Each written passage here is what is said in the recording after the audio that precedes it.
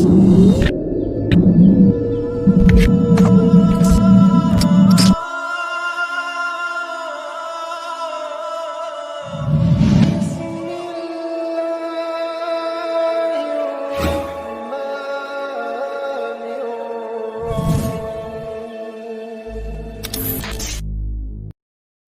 ini adalah agama yang betul-betul dijaga ya dari perubahan gitu. Masya Allah gitu. Terutama ya paling terlihat dari sumber hukum sendiri gitu, yaitu Al-Quran dan hadis gitu. Nah, seperti janji Allah ya di Quran surat Al-Hijrah ayat 9, sesungguhnya kamilah yang menurunkan Al-Quran dan sesungguhnya kami benar-benar memeliharanya. Terbukti tidak ada satu lafaz pun dari Al-Quran yang dapat diubah bahkan sejak 14 abad yang lalu gitu. Allah juga terus menjaga keberadaan generasi-generasi yang senantiasa mengikuti jejak dari Rasulullah dan para sahabatnya. Banyak hafiz-hafiz Quran ya yang kalaupun ada yang menyesatkan, banyak yang hafal gitu ya, pasti langsung tahu, mungkin langsung nengok gitu kalau yang udah hafiz ketika imam misalnya pun imam sholat lupa gitu bacaan sholat pun ada yang langsung membetulkan gitu. Masya Allah gitu ya, sebegitunya Allah menjaga gitu dari isi Al-Quran ini. Bahkan masih ditantang ya untuk membuat satu surat pendek semisal Al-Quran pun sampai hari ini belum ada yang bisa menyainginya dan membuatnya. Kemudian selanjutnya, nah ini adalah Islam itu merupakan agama yang mudah gitu. Saya agak gimana ya waktu mendapatkan statement ini tuh agama yang mudah gitu ya.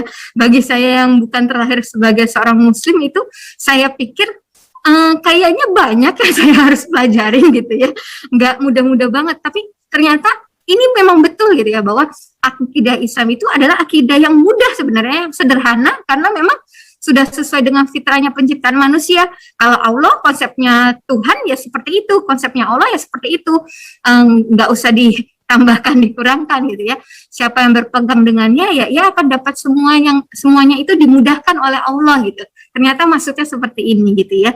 Dan demikian pula semua syariat Islam, ada dari ibadahnya, dari muamalahnya, dari akhlak-akhlak yang diajarkan dalam Islam, itu semuanya mudah gitu. Mindset kita adalah bahwa itu semuanya mudah dan akan dimudahkan oleh Allah gitu, dan akan mendatangkan maslahatan untuk atau kebaikan buat kita, nggak hanya di akhirat nanti, di dunia ini pun sudah kita rasakan tadi ya, banyak manfaat dari gerakan sholat yang bisa kita rasakan dalam tubuh kita. Kemudian kemarin saya ada baru share di channel YouTube itu manfaat bersiwak, Masya Allah itu ternyata manfaatnya untuk kesehatan gigi dan mulut kita tuh luar biasa banget gitu. Selanjutnya, nah ini kalau masih ragu benar Islam agama yang mudah, dan ternyata memang janji Allah dalam Quran surat Al-Maidah ayat 6, Allah tidak hendak menyulitkan kamu, tetapi Dia hendak membersihkan kamu dan menyempurnakan nikmatnya bagimu supaya kamu bersyukur. Jadi semua ini tujuannya yaitu agar semakin sempurnalah nikmat kita, supaya kita semakin bersih, supaya kita lebih banyak bersyukur gitu.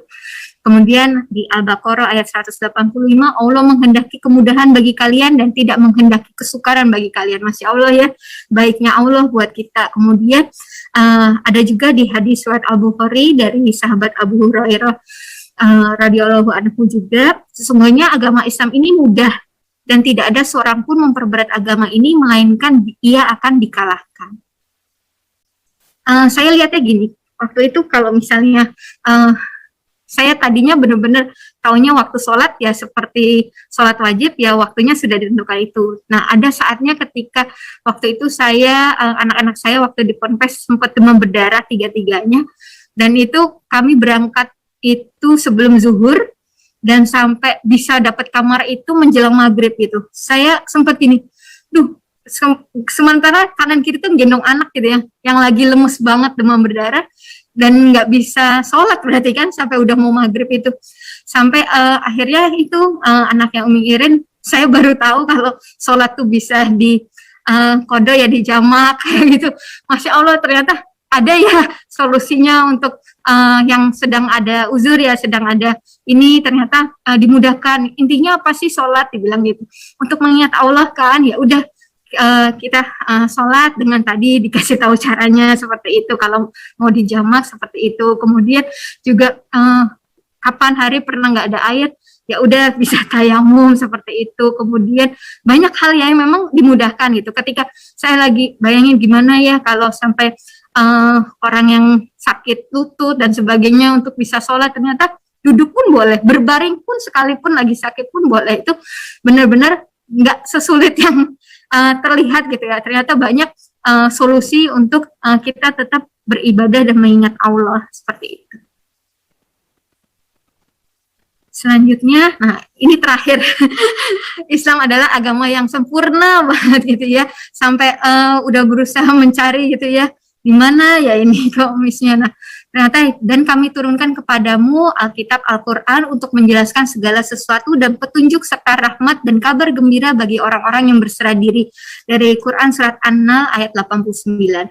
Nah, seseorang yang melihat Islam akan menyaksikan bahwa segala yang dibutuhkan oleh manusia itu ada di dalamnya gitu. Nggak ada satu perkara pun yang dibutuhkan oleh manusia selain hal itu ada pasti di dalam Al-Quran dan Sunnah gitu ya.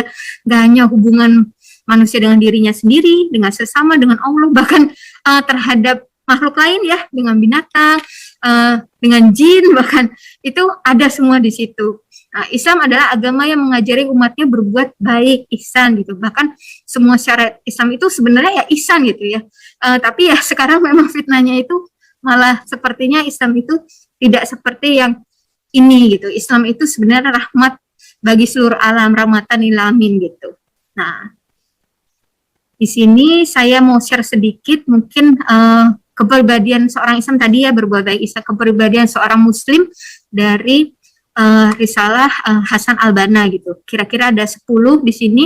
Insya Allah kita semua belajar memperbaiki diri untuk memiliki kualitas kepribadian seorang Muslim seperti ini, yaitu yang memiliki akidah yang bersih, ibadah yang lurus, akhlak yang kokoh, mampu mencari penghidupan, kemudian wawasan yang luas. Nah, tadi mampu mencari penghidupan juga, Masya Allah, bukan buat diri kita sendiri ya, tapi juga supaya kita bisa lebih banyak lagi berbagi dengan orang lain. Kemudian wawasan yang luas, fisik yang kuat, pejuang diri sendiri terhadap hawa nafsu ya.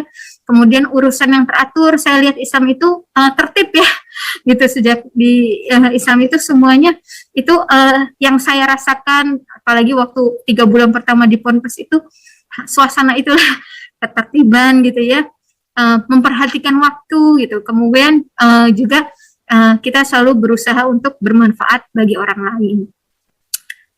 Ya, dan penutupnya, kesimpulannya, kita perlu mensyukuri nikmat iman dan hidayah Islam ini dengan selalu berupaya terus-menerus, nggak pernah berhenti ya untuk berhijrah menuju yang baik, bukan untuk dianggap baik, tapi untuk mendapatkan kebaikan dari Allah yang Maha Baik.